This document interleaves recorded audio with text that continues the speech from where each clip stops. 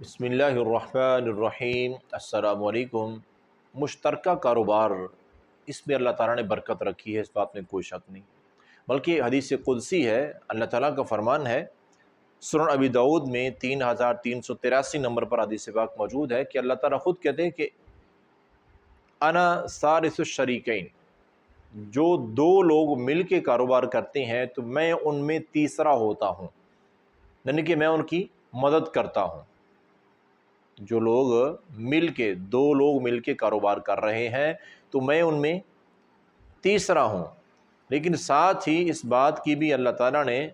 وضاحت فرما دی کہ فَإِذَا خَانَهُ خَرَجْتُ مِن بَيْنِهِمَا،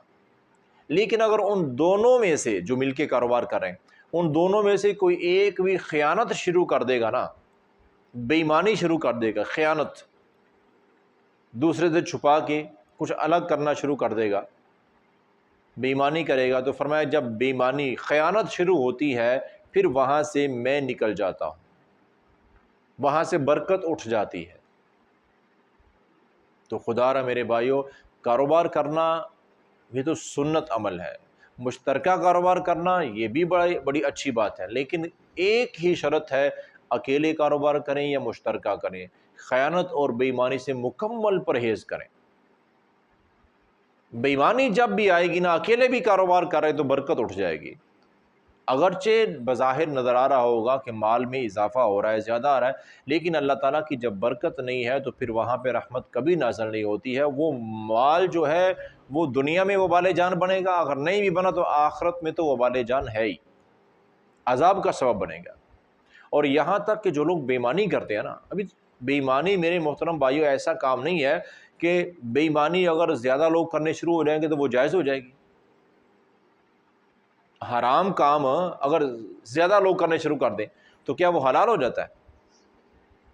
اب نبی کائنات صلی اللہ علیہ وسلم کا فرمان سنیے، آپ نے فرمایا کہ من غشنا فلیس منا، صحیح مسلم کی روایت ہے۔ آپ فرماتے ہیں کہ جو بندہ ملاوٹ کرتا ہے، بے ایمانی کرتا ہے، اس کا ہمارے ساتھ تعلق ہی نہیں ہے، یعنی کہ وہ میرا امتی نہیں ہے، یہ پیارا آقا خود کہہ رہے ہیں۔ اتنا بڑا حرام کام ہے بے ایمانی کرنا، کاروبار میں ملاوٹ، دو نمبری، کوئی بھی نام دے دیں،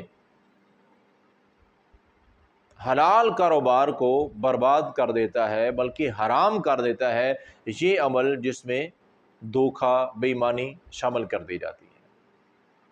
تو خدا را کاروبار کریں، حلال کمائیں، جائز طریقے سے کاروبار کریں، اسلامی اصولوں کے مطابق، یہ ایک نیک عمل ہے کاروبار کرنا، لیکن بے ایمانی کر کے، جھوٹ بول کے اس نیک عمل کو گناہ میں تبدیل نہ کریں۔ اللہ تعالی ہم سب کو عمل کرنے کی توفیق عطا فرمائے۔